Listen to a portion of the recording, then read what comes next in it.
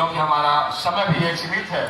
हमारे इस कार्यक्रम के दूसरे कड़ी से जिनका कार्यक्रम प्रारंभ होना है वो लोग भी मंच पर आ गए हैं, तो हम समय सीमा के अंतर्गत ही केवल एक परिचय के रूप में आप अपना हेलो मित्रों,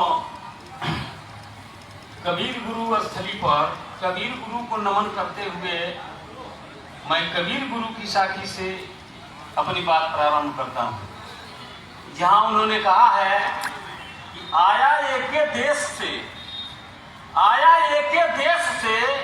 उतरा एक घाट, आया एक देश से उतरा एक घाट, अब बीच में दुविधा हो गई तो हो गए 12 बाट।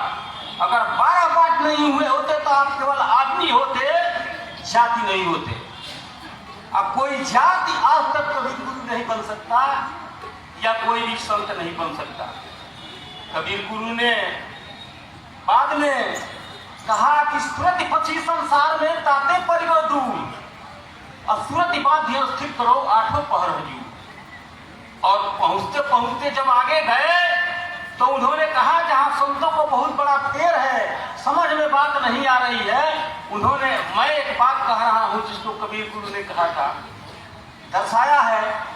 ये घड़ा है और घड़े में समुद्र का पानी है और उस घड़े के मुंह को ढक्कन से ढक दिया गया है, घड़े को उस समुद्र में ही रख दिया गया है। मित्रों, मैं पूछना चाहता हूं जो कबीर गुरु ने दर्शाया है, कितनी बड़ी बात दर्शाया है कि वह कुंभ सागर में रहते हुए भी सागर से अलग है। केवल कुंभ इतनी ही एरिया है। कबीर गुरु ने कहा जल में कुंभ, कुंभ में जल है, बाहर भीतर पानी, फूटा कुंभ जल जल ही समाना, यह कथन ज्ञानी। और इसके बाद जब परम सत्ता को उपलब्ध हुए तो उन्होंने कहा हेरत हेरत हे सकी रहा कबीर हेरा, बूंद समाना समुद्र में सोपत हेरी जाए। और फिर उन्होंने कहा कि हेरत हेरत हे सकी रहा कबीर हेरा, अब बूंद समुद्र समाना बूंद में सोपत हेरी जाए। तीसरी कड़ी में उन्होंने कहा है कि बूंद समाना समुद्र में यह जाने सब कोई, और समुद्र समाना बूंद में बुझे बिरला को। और यही आप जानते हैं कबीर गुरु ने साखी शब्द रमैनी लिखा, अंत में लिखा कि जाकर नाम कहुआ भाई होकर का रमैनी गाई।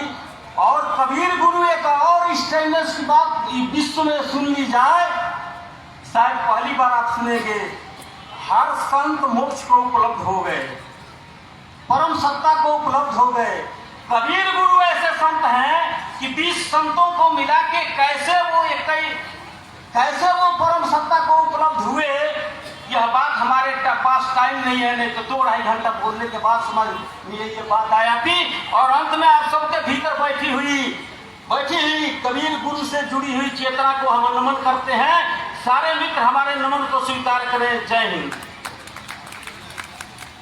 चलिए, अपना 2 शब्दों में कबीर साहब के शब्दों को जिन्होंने जिस तरह सुना और समझा और उसको अपने जीवन में किया, शायद हमारे सुना साहब जो नेता यहाँ पर सदगुरु कबीर आश्रम एक अपने समय में इस पंथ के उद्भव के प्लान रहे, उस आश्रम के हमारे साहब जी, तो उस कड़ी से आप इस कड़ी को आगे बढ़ाते हुए मैं इस मंच के आगे संचालन के लिए जो हमारे गोरखपुर विश्वविद्यालय से श्रद्धेय प्रोफेसर और हमारे अन्य विद्वानगण आए हैं, उस संदर्भ में अब आगे की कड़ी में श्री अजय कुमार पांडे जी को मैं मंच से आह्वान करता हूं कि आगे की कड़ी को आगे बढ़ाएं। अजय कुमार पांडे।